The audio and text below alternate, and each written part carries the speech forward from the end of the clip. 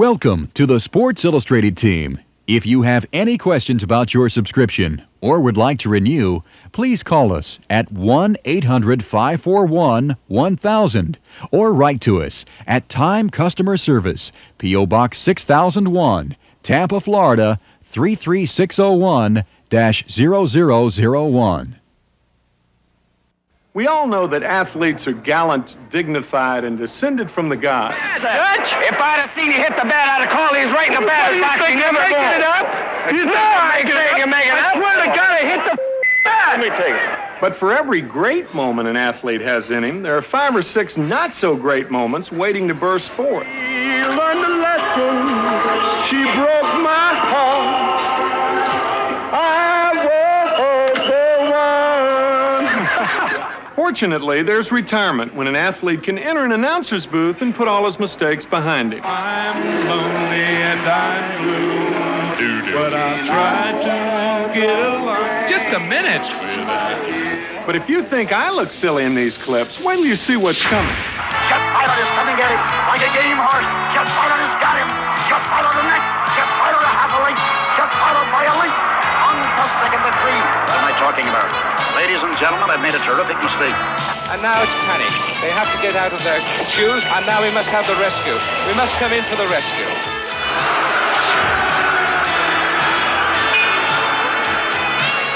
I happen to be cast into that role, a 55-year-old guy with 1 foot in the grave. That's what it's all about, and it is going to be the battle of the sexes. Don't anybody... A wild scramble. 2 seconds on the clock. There's nothing real in the world anymore. The Raiders won the football game. Collins to Darryl Dawkins. Oh, he did it again.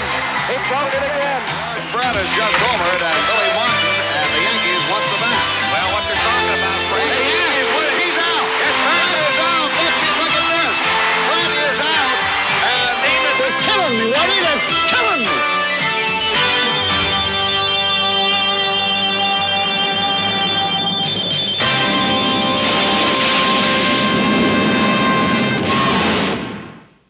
Our first story is one of the wildest tales we've ever run across. It's about a man named Lou Zamperini, who proved beyond a shadow of a doubt that it ain't over until it's over. Lou Zamperini was a miler on the 1936 Olympic team.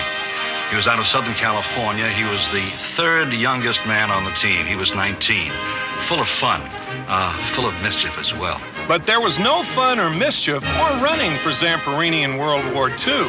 There was an excruciating ordeal that left him logically and legally dead. I was a bombardier aboard a B-24 that crashed in friendly waters, actually. We drifted about 1,500 miles across the Pacific into the enemy-occupied Marshall Islands. During the course of that drift, we were strafed for about 45 minutes by a Japanese patrol bomber. And the 33rd day, the tail gunner, the 3rd member of the crew, died. The 2 of us were taken captive on the island of Kwajalein. Spent 43 days there in a cell. But finally, on the 43rd day, we were told that we would be prisoners of war, shipped to Yokohama, and there to spend the next 2.5 years as prisoners of war. Missing in action, Zamperini became a war hero, and the nation mourned his loss. A little prematurely. I was officially declared dead, so officially that even after the war, I collected my life insurance money and was able to keep it. But as Mark Twain would have said, reports of Zamperini's death were greatly exaggerated. No one knew he was alive, of course. And Frank Brennan was the director of the Knights of Columbus track meet. The big race for the Knights of Columbus track meet was called the Columbian Mile. The mile in those days, and it's still the situation, it was the big race of the night. And they changed the name from the Columbian Mile to the Lou Zamperini Memorial Mile. In March of 1945, the Lou Zamperini Mile was run. And 3 months later, Lou returned. Naturally, on a life raft at sea, one makes promises to God. And I had promised God that if I survived this experience, that I would seek him and serve him. His prayers were answered, but some of his memorializers felt a little cheated. A few close friends made comments. Some of them said, well, we were awful disappointed and see you coming back here and causing all this furor over your death. People have gone through a great length to name memorials after you, and you come home alive and ruin it. And so, the starter of the second and final Lou Zamperini Memorial Mile was Lou Zamperini himself. When I appeared at the scene of the race, I was still in uniform.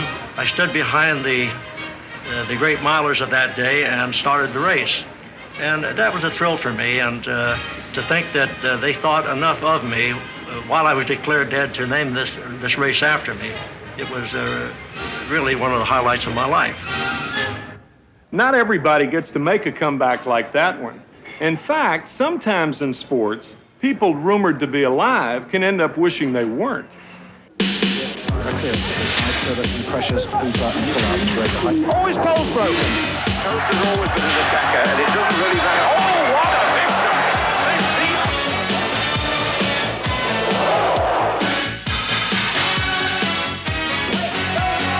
Has he got the car? He has this car.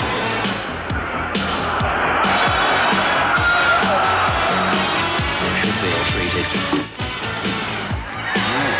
Really does matter. Well, let's give him the crowd their money's worth up there.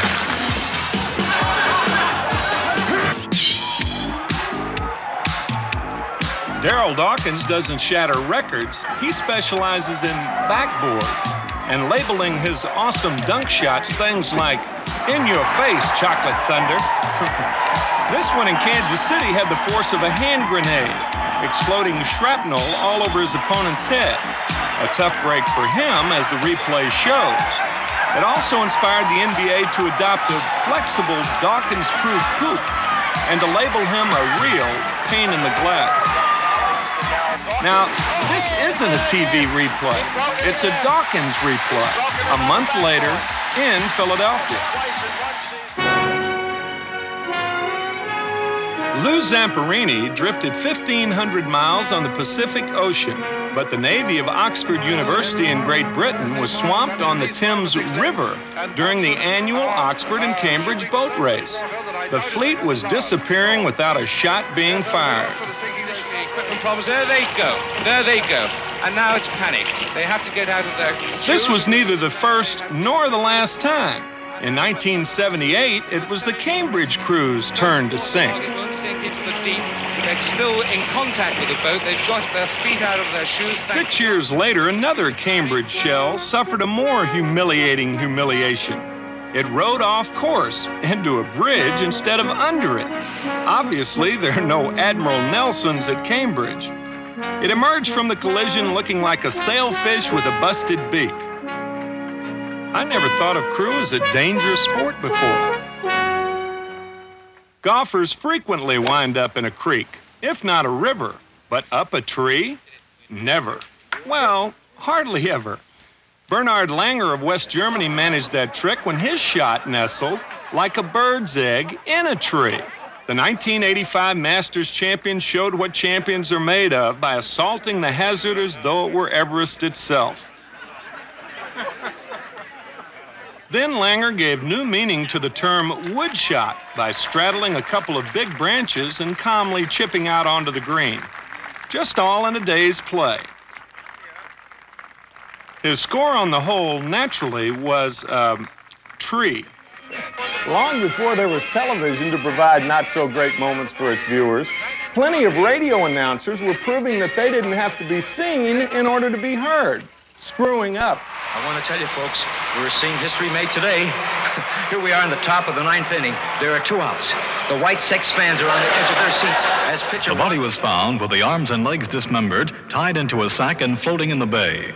I'll be back with more sports in a moment. I'm very proud and happy to present this award to Ms. Helen Douglas, the state intercourse champ. While our game is being temporarily held up, our well-known organist, who's located in the center field stands, is going to entertain you by diddling on his organ. For the Philadelphia Warriors, in the first half, Will Chamberlain was high with 27 points. The score at the half remained 6-6, but during the third quarter, the Crimson really came to life, scoring a touchdown on 8 successive plays.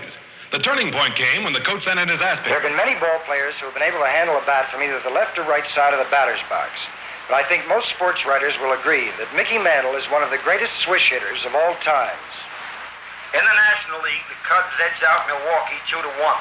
The Cards were taken by the Dodgers 6-4.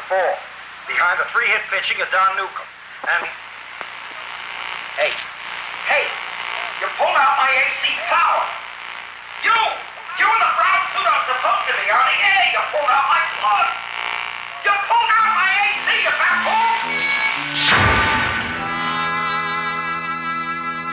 fool. A slip of the tongue is a hazard of the trade. A slip of the eyes could be, and on one notorious occasion was a nightmare.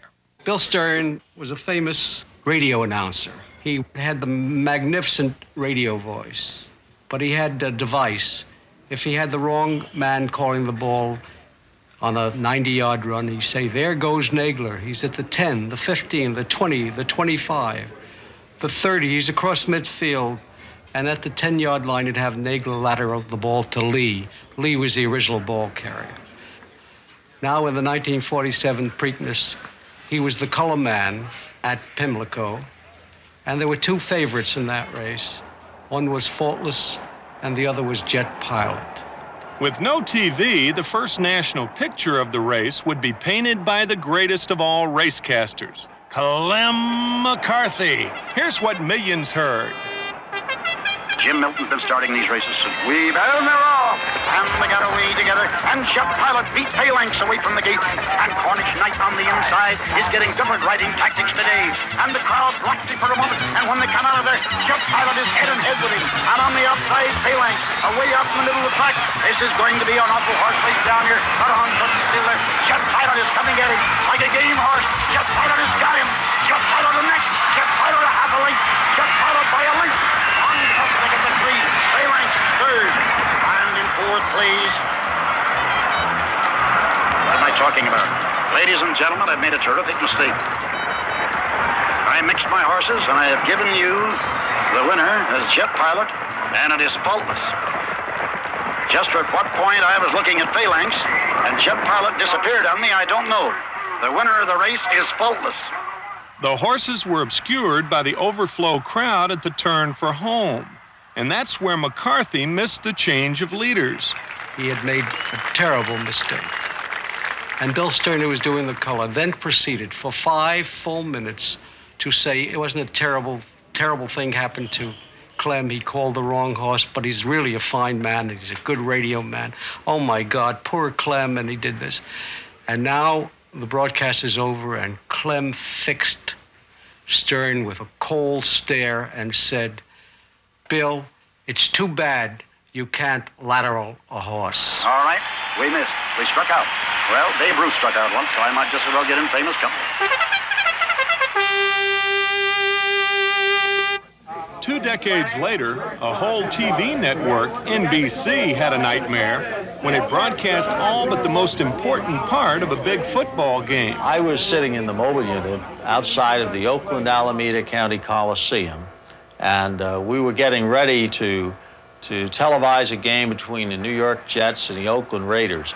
And at that time, those were two very popular teams in the American Football League. And as we got down near the end of the game, it was a close game in score.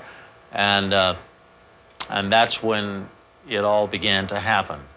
The network had scheduled Heidi, a movie for children, to start at 7 p.m. Eastern Time. Going in about the last 5 minutes of the game, the score changed hands quite often, and it became a tie game. Around 6:45, when the game looked like it might run into 7 o'clock, the sports executives started calling one another. They decided that if the game did run into 7 o'clock, that they would keep the game on and slide Heidi. In other words, start Heidi after the football game. Meanwhile, viewers nationwide were very curious to know if they would see the end of the game. People started calling the New York switchboard. And on Sunday, they don't have it manned very heavily. They probably had 1 or 2 operators. And the phones, there were so many phone calls, they blew a fuse in the system. As a result, the execs couldn't get through to network control to give the order to keep the football game on. The Jets led the Raiders by a field goal when most of the nation saw this on their screens. While the switchboard in New York lit up, the Raiders lit up the scoreboard in Oakland. scoring 2 touchdowns in the last minute. There was a national furor over the blunder, and NBC issued a directive that henceforth all games would be aired to their conclusion. Being the producer of the now quote-unquote Heidi game, I began to get a lot of things in the mail, like little Heidi dolls and also cards, and of course I got some others, a lot of Heidi books. So I got to become very familiar with Heidi following that experience. Now you may ask, what has this got to do with sports? Well, a lot of people ask that question. No kidding. Well, hello. Oh, Elle McPherson. Didn't I just see you? 98% naked? I don't know if I'd have phrased it like that. Listen, that's what it says in this letter here. Yeah. I did not order Sports Illustrated expecting to see women who are 98% naked. Please cancel my subscription. Believe it or not, every year these innocent young ladies are the cause of more controversy than any other story in SI. Here, you read one. All right, my pleasure. Or is it? Dear SI, I was disgusted by your swimsuit disgrace. I tore the issue into shreds and tossed it into the fire with the devil and his imps. And here we have another one. Dear SI, who are you trying to kid? Your readers can see right through the swimsuit coverage. Revealing. Dear SI, shame on you and shame on Cheryl Teagues. But then there's this friendly note from the frigid north. What you're about to find out. Dear SI, since your swimsuit issue arrived here, the sleet has stopped and even the ground is beginning to thaw. In some places.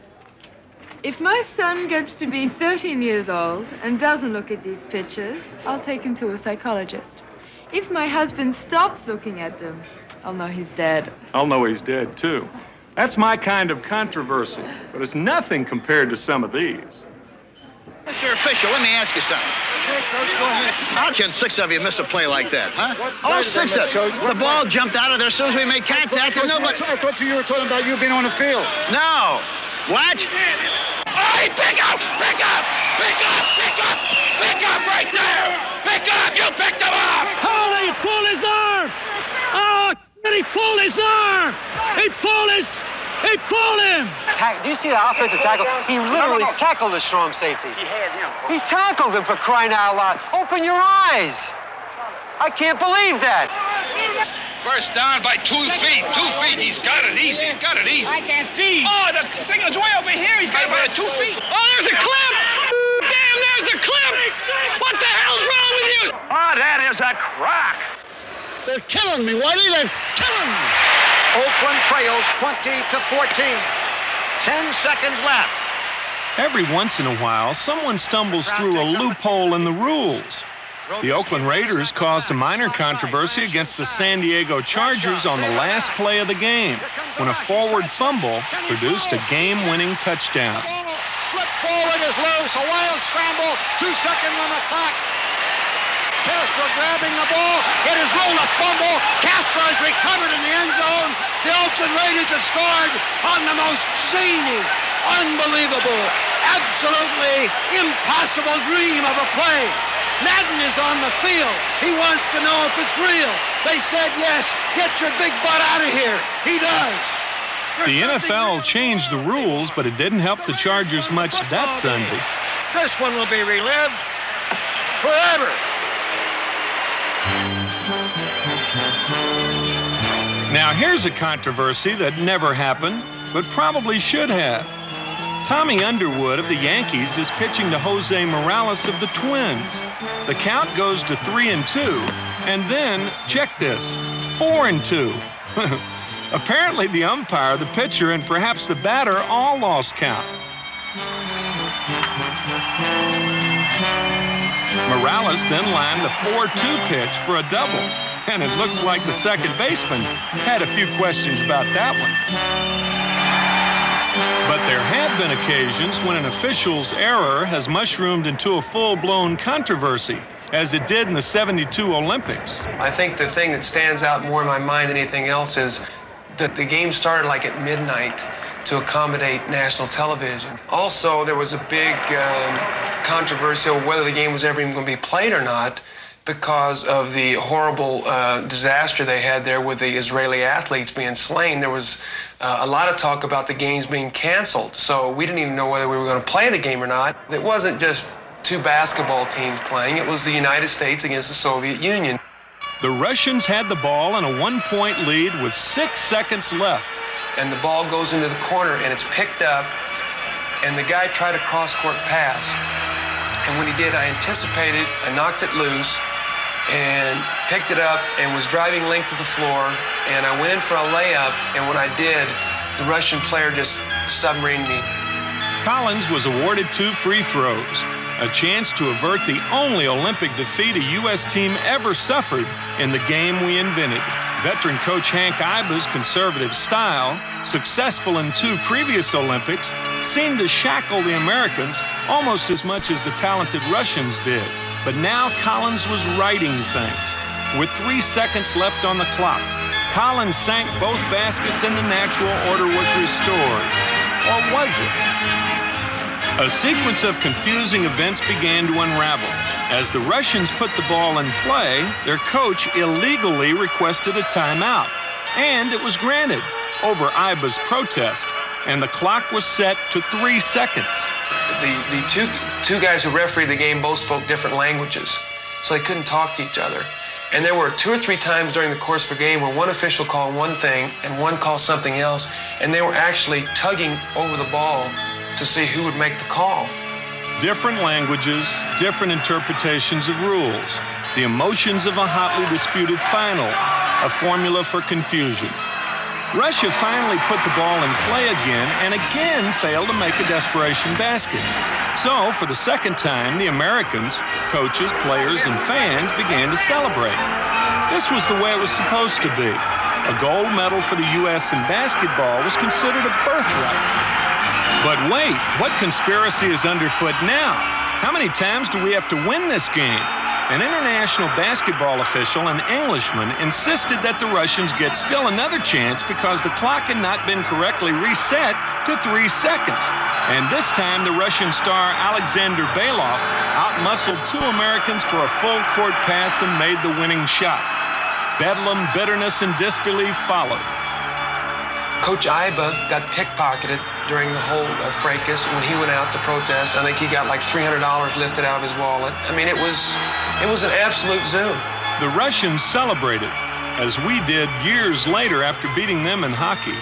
The Americans refused to attend the ceremony to accept the silver medals. I don't think there'll ever be that controversial play ever again in basketball. I mean, you know, there might be a game that's controversial, but not that meaningful. You know, I'm not so sure that this game didn't have ramifications later on in terms of boycotting different. I'm not so sure that all this is not carried over till now. The most famous controversy in American sports history, the long count, occurred in the rematch between Jack Dempsey and Gene Tunney in Chicago. Tunney, a master boxer, had upset the brawling, legendary Dempsey the year before. It was 1927, the year of Ruth and Lindbergh. In the 7th round, Dempsey landed a combination of punches, ending with a tremendous left hook that put Tunney down. He did not go to a neutral corner, and Dave Barry picked up the count and counted 1 over Tunney, which was the actual count of 5. What happened was that when Dave Barry reached the count of 9, it was the actual count of 14. Bloody and apparently beaten, Dempsey had summoned one last charge to deck Tunney, but he momentarily forgot the new neutral corner rule, lingering there for 5 seconds. Legend has it that cost him the fight.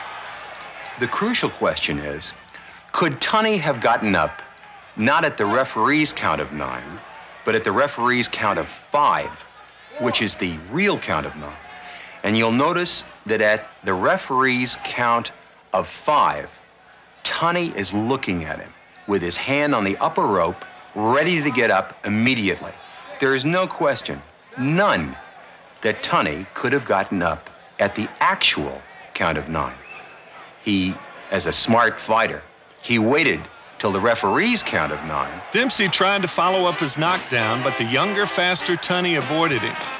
The legend of the long count persists to this day, I suppose, because nobody wanted to believe that a legend like Dempsey could be beaten. Imagine, if you will, a controversy starring a popular ball player from a small city, a malevolent pitcher, a volatile manager, and a publicity-conscious owner, all in the most famous ballpark in the land, Yankee Stadium. The Pine Tar incident was a biggie, and it dragged on, and it figures to outlast even the best soap operas. That's $2, buddy. $2? But I'm a friend of Billy Martin's. Billy Martin? That's $4. The owner was George Steinbrenner. The league president, Lee MacPhail. The manager, played by Billy Martin. The pitcher was Goose Gossage. The ball player, George Brett. And the bat, a Louisville Slugger. The big question, is there such a thing as a game-losing home run? That's gone.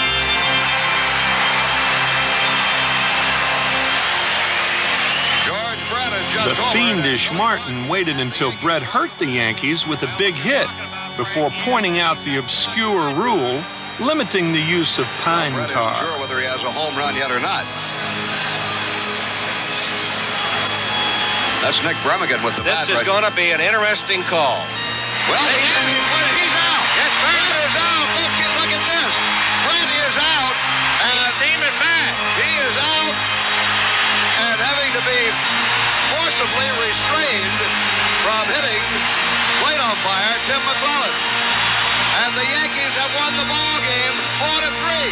Brett is called out for using. As for the pine tar, it looks like Brett has no case because the rules say. George says he was not aware of the pine tar rule and happily for the eager media, the Royals kept the fire burning by appealing to league president Lee MacPhail. MacPhail ruled for the Royals, invoking the spirit of the law, in effect that the bat, not the pine tar, hit the ball. Well, he's opening Pandora's box now. Every time there's a violation of a rule in baseball, somebody will argue, well, the spirit of the rule isn't that, even though it says that in black and white. I think the rule should be rewritten and clarified, and I would say the next time I will certainly bring it to the attention of the Rules Committee. The Yankees tried to make a court case out of it, but settled for playing the bottom of the ninth inning a month later. Still fuming and scheming, Martin first appealed to all the umpires on whether Brett had touched all the bases on his homer. They denied his last-ditch appeal at each base. Then the Yankees meekly went down 1-2-3. Now, the pine tar game is finally over. Maybe. The game that began tonight. The pine tar incident was then certified as a controversy in the modern manner by a commercial, with Brett, of course, but not the Yankees.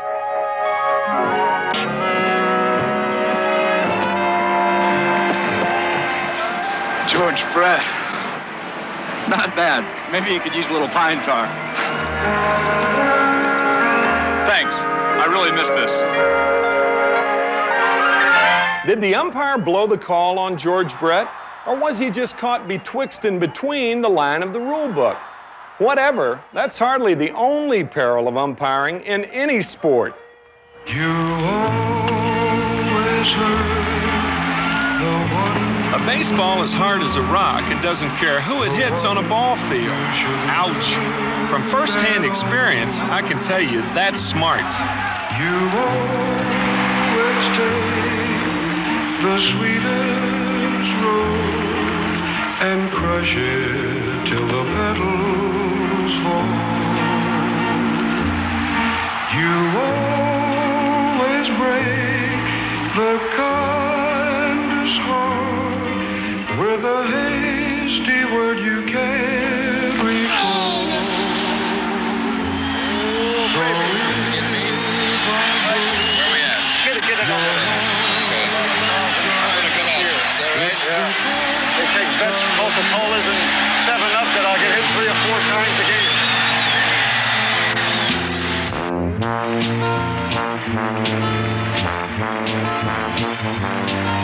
Baseball weighs about 6 ounces. When a referee gets hit in football, however, it's by something that weighs 4,000 or 5,000 ounces.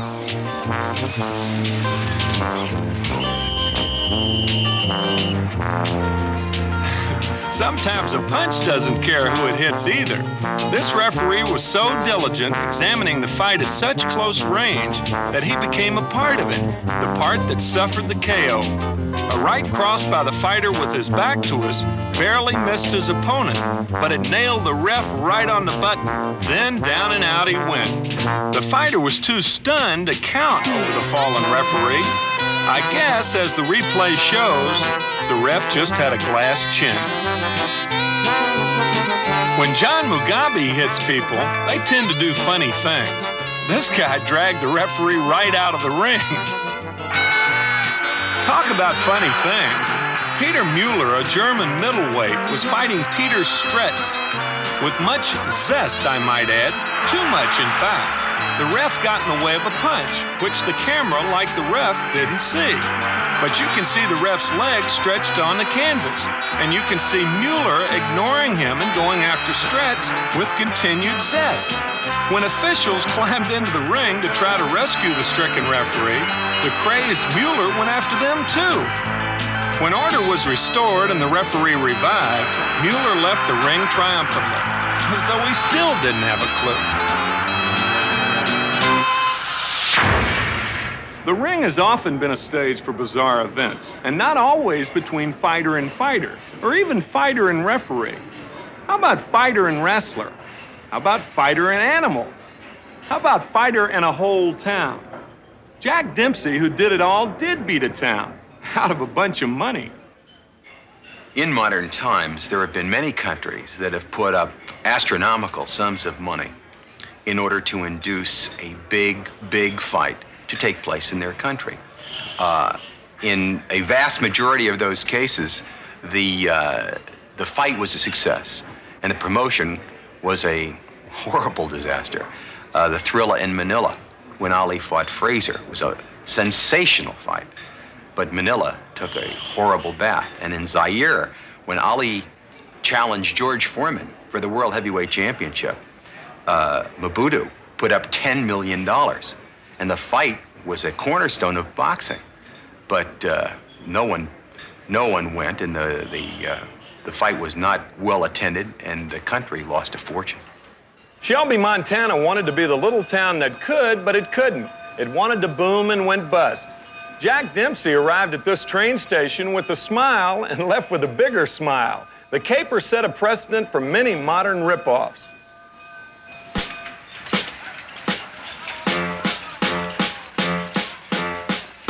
On July 4th, 1923, when Jack Dempsey defended the heavyweight championship against Tom Gibbons, it was really a fight and a promotion created by Jack's manager, Jack Doc Kearns.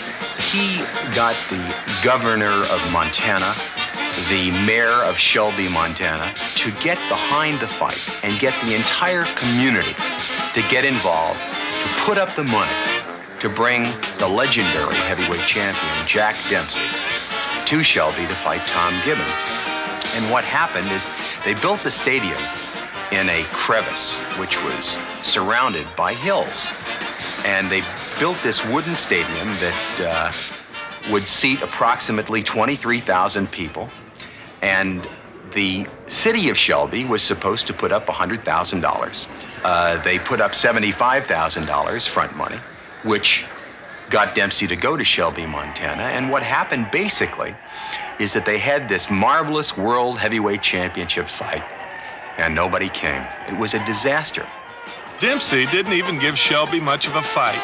He won a dull decision from Gibbons, who didn't collect a dime of his $50,000 guarantee. Dempsey spent the fight planning his getaway. There were 3 major banks in Shelby, Montana that went bankrupt as a result of backing this fight.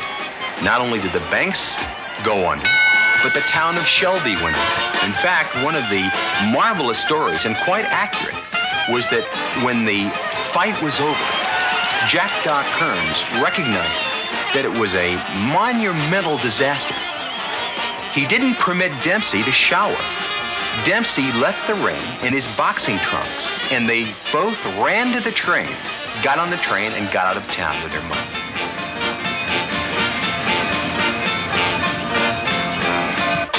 Long after he retired at the age of 45, Jack Dempsey refereed a wrestling match, and a wrestler named Cowboy Jack Luttrell slugged him and knocked him down. Well, Dempsey challenged him to an all-holes-barred fight, officially an exhibition, and this is it. Dempsey is the one with hair on his head. Luttrell is the one taking an unholy beating. Dempsey has a definite advantage, however. He's fighting, but the wrestler isn't wrestling. This is brutal. Pay wasn't that great, but Dempsey showed Luttrell as much mercy as he showed Shelby. None. Like Jack Dempsey, there wasn't anything Muhammad Ali wouldn't try for money.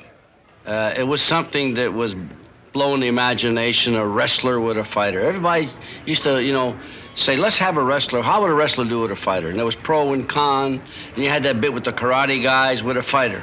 So that caught Muhammad's imagination. He wanted it, and he felt he can beat a wrestler.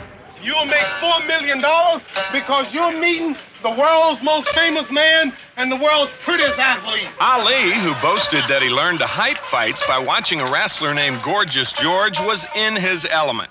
His Japanese opponent, Antonio Inoki, got in a few licks of his own. We would be delighted to take you on as our publicity man when the fight is over. This is round one. 15 rounds. Inoki tries a dive. He tries another dive. Ali was faced with an unusual problem: how to get his opponent off the canvas so he could knock him back down. Ali had to really float like a butterfly to stay away from the Tokyo canvas back. Inoki didn't want to lose face, and Ali didn't want to lose legs. 80 degrees in this arena here this morning.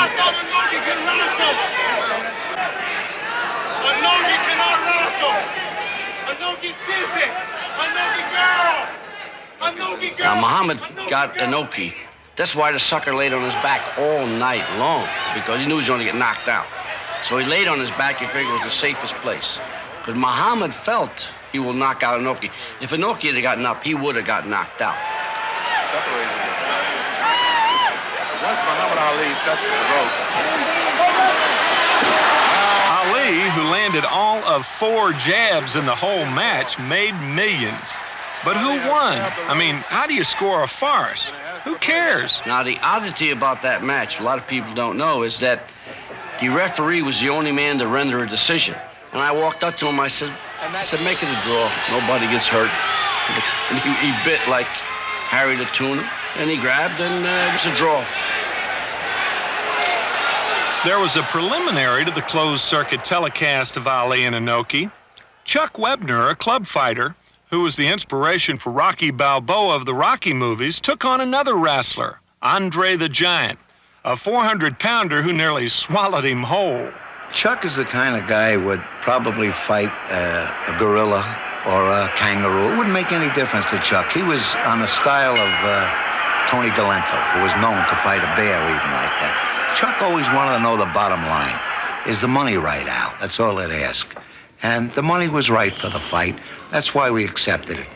And I knew Chuck Webner can handle himself in most any situation. The only thing Chuck used to be scared of was his wife. That's about all.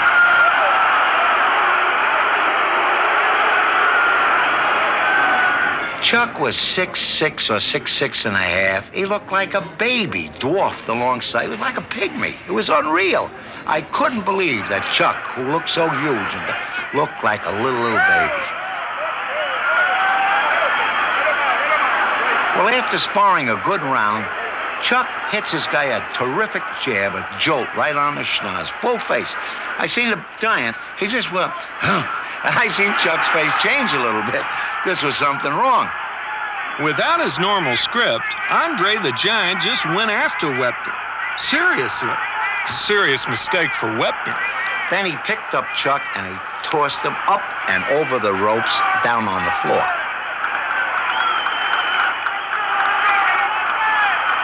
No sooner he did that, Patty and I, we ran around to get Chuck, and as I go around to get him, There's some kind of other monster, not as big as him, but another guy, Gorilla Monsoon, was out there holding Patty and I down, not allowing us to get Chuck in the ring. It was murder. You couldn't move these guys. It was all a big hullabaloo.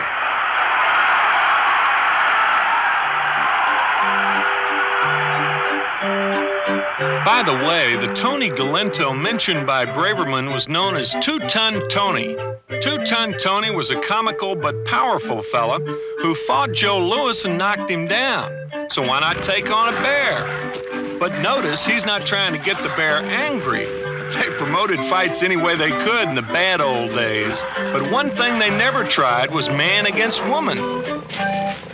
Jackie Barnett, a TV producer, thought up that one for tennis. His Tony Galento was Bobby Riggs, a former Wimbledon and U.S. Open champion and famous hustler of the rich and gullible. I was sitting in Palm Springs with Bobby Riggs, whom I knew, and I saw some very good lady tennis players. And I said, Bobby, how would you do against them? And he said, they wouldn't get a game. He said, in fact, there's no college player from whom they can get a game. And I said, Bobby, even if it's a joke, I said, we can make this into a big thing. And I'd like to sell it for television. Bobby said, let's do it. Now, when the practice sessions started being held with Billie Jean King and Bobby Riggs, it was a completely different scene. Like he said at a press conference, what are you going to wear? He said to her, and she said, I don't know, they're designing something. And he said, you want to know what I'm going to wear? She says, Bobby, I don't care if you walk out on the court in a jock strap.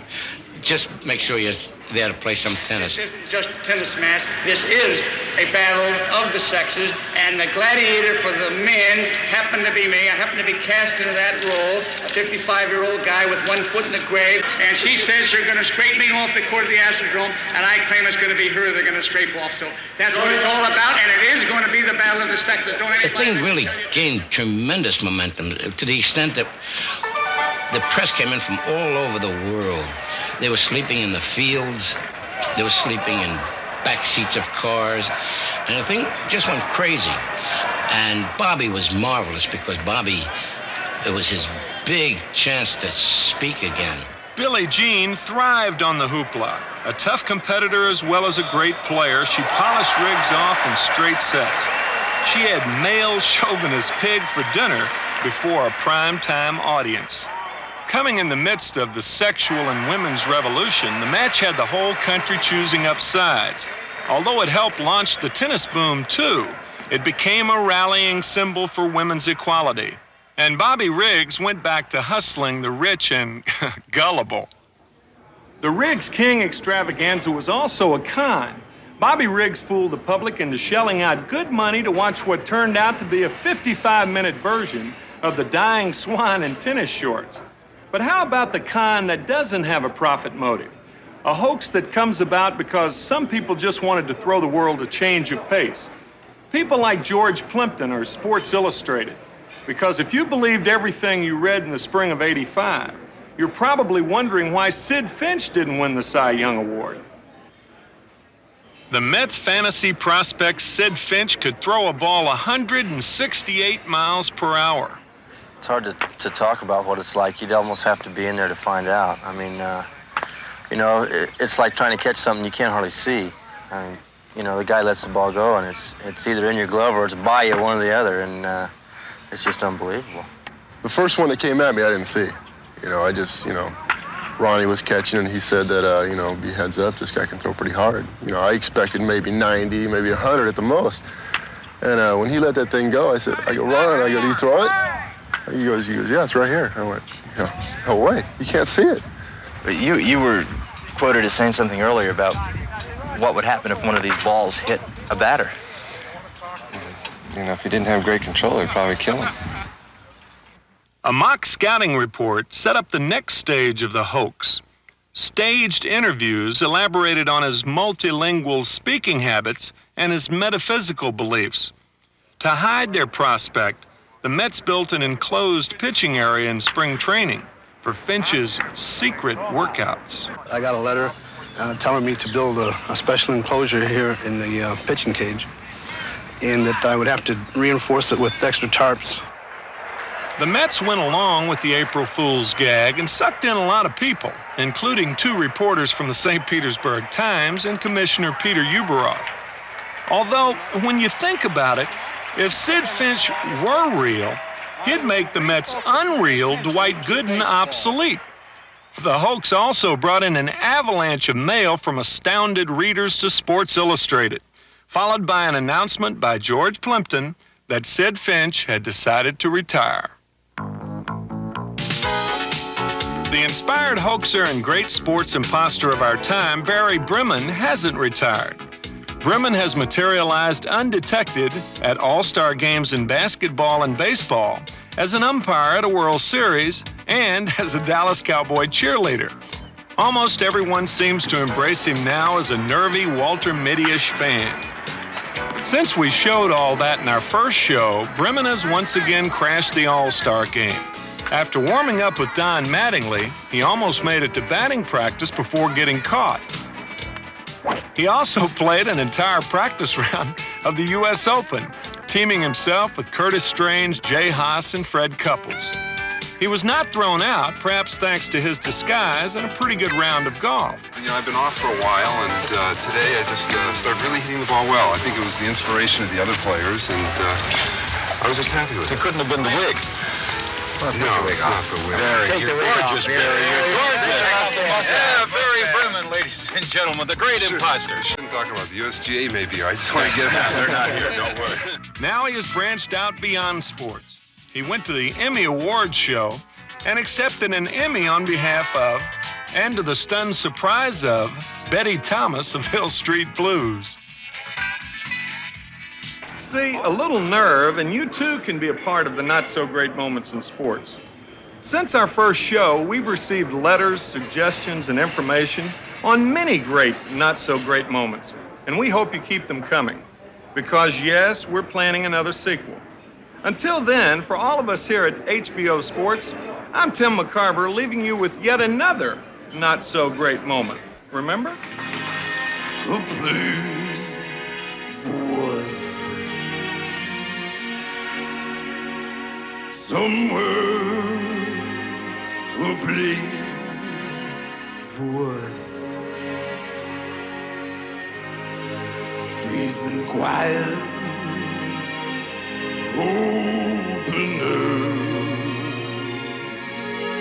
wait for us somewhere.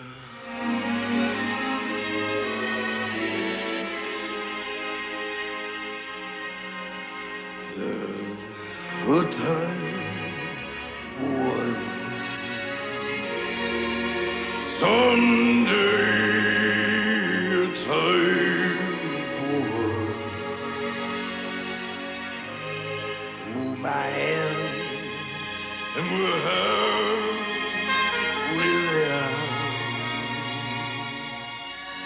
hold my hand and I'll take you there someday.